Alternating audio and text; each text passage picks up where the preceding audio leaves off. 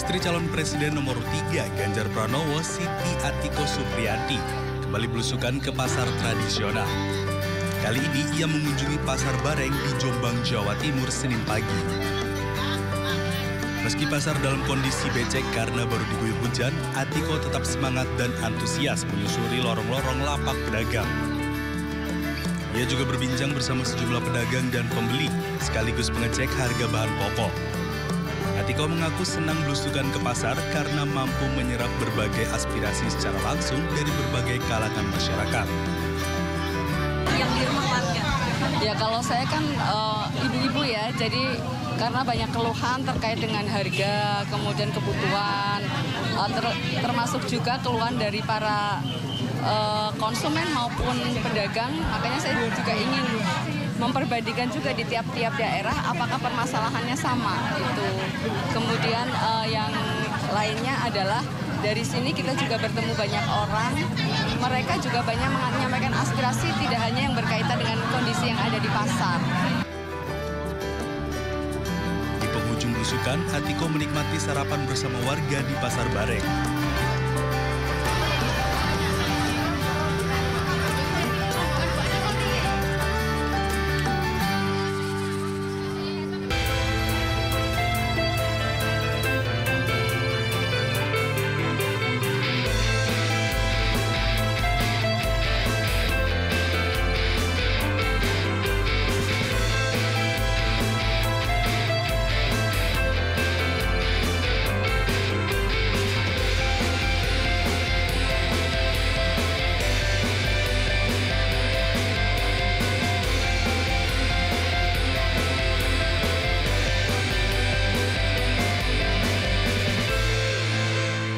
Kembali lagi bersama saya dalam One on One.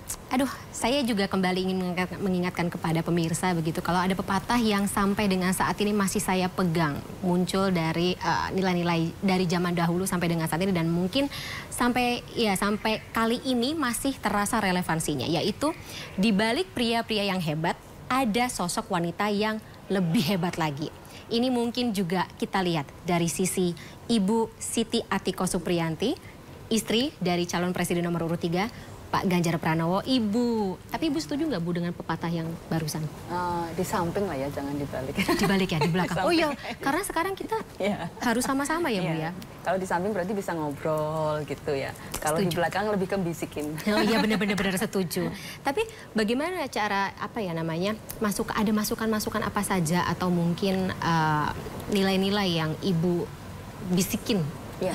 Ngomongin sama Pak Ganjar gitu dalam menjalankan kampanye, kemudian juga nanti kebijakan ketika Pak Ganjar insya Allah amin ya rabbal alamin terpilih menjadi presiden. Ya, biasanya saya kalau terkait dengan isu kebijakan ya, yang aspirasi-aspirasi yang ada di masyarakat. Jadi ketika ketemu dan saya mapping juga, seperti di Jawa Timur, Jawa Tengah, Jawa Barat itu yang persamaannya apa keluhannya gitu ya.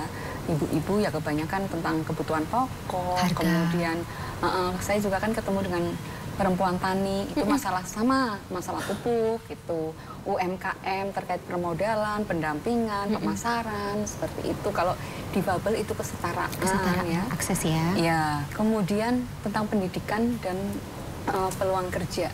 Itu. Jadi saya biasanya ketika dulu 10 tahun mendampingi Mas Ganjar di Jawa Tengah, yang saya diskusikan kalau terkait kebijakan adalah aspirasi. Tapi terkait kebijakan saya tidak pernah intervensi.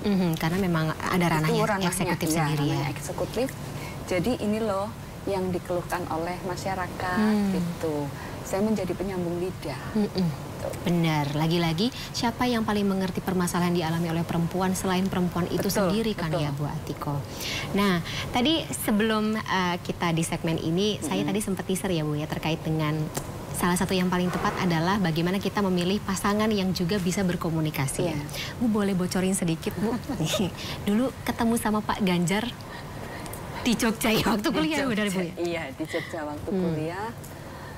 Mas Ganjar udah hampir selesai, saya semester 7 ya. Tapi beda kampus. Oh sebelahan ya Bu ya? Iya, iya, deket. Mas Ganjar kan hukum, saya TP, panan persis itu. Jadi ya. Gitu. Ketemu. Waktu itu ketemunya pas lagi KKN. Korban KKN pemirsa.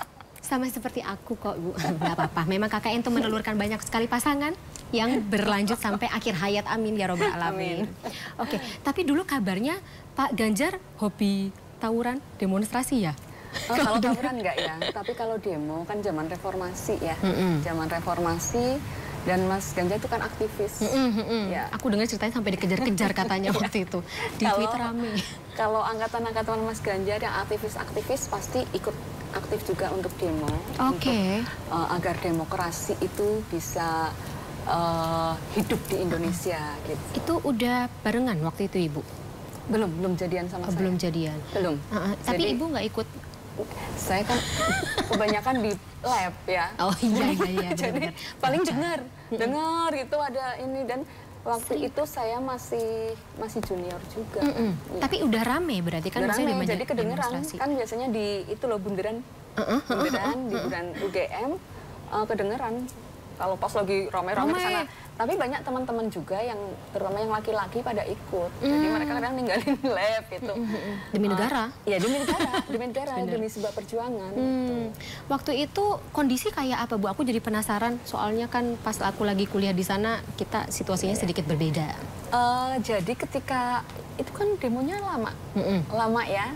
Saya mengalami dua peristiwa. Yang pertama ketika masih mahasiswa, yang kedua sudah kerja. Saya dulu kerja di sebuah media di Solo, itu meliput. Meliput itu kan wartawan tahun juga 98, ya, Bu ya? Iya, 97, 98 itu saya kerja. Kan benar-benar menjadi saksi hidup. Iya, saksi hidup ketika suksesi itu berjalan.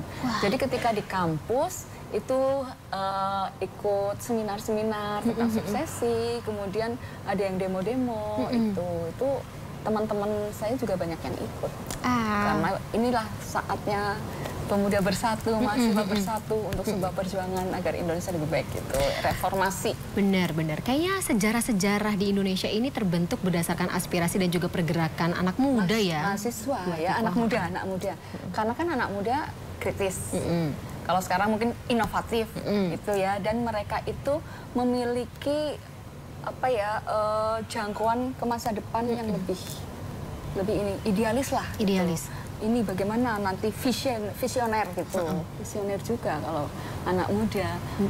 Nah, bedanya dengan pergerakan anak muda, karena anak muda sekarang juga bergerak ya, Bu Atiko. Beda pergerakan, beda aspirasinya dari ketika pas zaman Ibu Atiko dan juga teman-teman anak muda saat itu bergerak, apa saja, Bu? Ya mungkin kalau dulu memang fokusnya untuk ini ya, agar ada suksesi dan perubahan waktu itu Orde Baru ke reformasi. Iya, Orde Baru ada reformasi lah.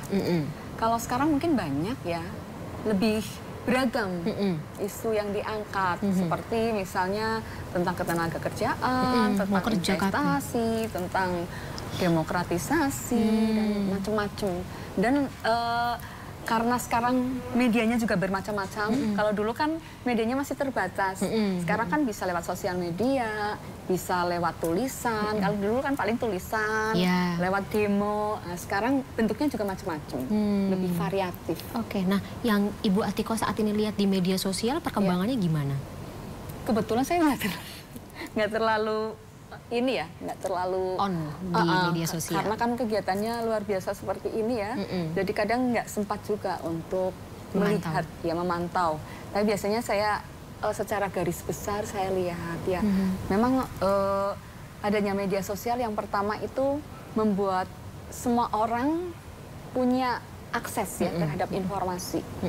Kemudian kayak misalnya yang punya talent itu bisa berkembang dengan cepat ya. Gak usah nunggu masuk TV dulu sekarang. Betul. Iya, misalnya yang pintar nyanyi lewat Spotify, lewat YouTube. Mereka tiba-tiba influencer. Dulu kan nggak ada yang seperti itu. Jadi mereka bisa mengembangkan diri lebih baik. Tapi ini kan ada dua mata ini ya. Dua mata pisau. Mata koin, sorry. Mata uang ya, mata uang. Di sisi lain itu kadang terlalu terpapar sosial media, menganggap apa yang ada di sosial media itu pasti benar, itu yang harus dinetralisir. Jadi tetaplah berdiskusi di ruang-ruang lain selain ruang sosial media agar ada balancing. Oke, itu juga terlihat ketika Ibu turun ke masyarakat, turun ke teman-teman yang ada di 34 provinsi, 37 sekarang, 37 provinsi di Indonesia. Kalau ada bahayanya di media sosial dan gimana kita sebagai seorang ibu menjaga anak-anak kita. Iya, jadi orang tua pun bisa termakan oleh hoax ya. Seperti kemarin ketika saya ke Manado ada yang bertanya, apa benar kalau Pak Ganjar itu jadi presiden, nanti program-program yang prokerakyatan seperti bansos dan sebagainya akan dihapus. Itu kan jelas-jelas hoax ya. Kemudian ada berita-berita lain yang itu kayak gorengan, pelintiran, itu terkadang perlu ada balancing juga gitu. Jadi, dan checking facts ya. Ya, itulah termasuk anak muda juga ya. Mungkin kalau hoax itu nggak hanya politik, kesehatan juga ada. Waktu pandemi, kesehatan tuh banyak banget, ini bisa membuat kita nggak akan terkena, misalnya hal-hal seperti itu. Jangan vaksin, katanya vaksin ada apanya. Gitu. Kemudian minum ini biar bla bla bla bla gitulah. Nah, itu banyak. Kemudian kayak obat nggak usah operasi bisa menyembuhkan kanker, itu kan sebenarnya hoax juga gitu. Jadi memang dari sisi itu perlu benar-benar ada checks and balance. Oke. Nah, itu ibu-ibu yang terpapar misinformasi juga banyak kan Bu Atiko? Gimana Ibu melihat apa ya namanya peran perempuan terutama yang bertugas di daerah-daerah terpencil atau yang minim akses untuk mendapatkan informasi yang benar tersebut, harus sama-sama saling menguatkan supaya ya kita tidak hanya memperbaiki misinformasi tapi juga meningkatkan literasi rakyat. Betul ya, jadi itu memang harus menjadi tanggung jawab bersama. Menjadi tanggung jawab bersama bahwa kita punya tugas juga untuk meluruskan informasi. Itu bukan hanya tugas 1-2 orang atau 1-2 kelompok gitu. Karena kalau informasinya tidak pas, itu kan bisa menjadi fitnah ya. Jadi nanti kita akan berdosa berjamaah gitu. Itu, Mbak. Jadi ya perlu kesadaran diri seluruhnya. Dan literasi itu juga sangat penting. Literasi informasi, literasi digital. Dan literasi di dunia nyata, Ibu ya. Nyata itu penting sekali. Baik, baik. Ibu, kita akan sambung lagi ya Bu ya di segmen selanjutnya. Kita akan bahas terkait dengan lagi-lagi gimana perempuan ini yang bisa sama-sama saling menguatkan. Kemudian kira-kira seperti apa yang menjadi aspirasi untuk kebijakan terutama baik Pak Ganjar maupun juga Prof Mahfud di pemilu atau setelah pemilu 2024 nanti. Tapi setelah jeda ya Bu ya. Pemirsa, tetaplah bersama kami. One on One akan segera kembali sesaat lagi.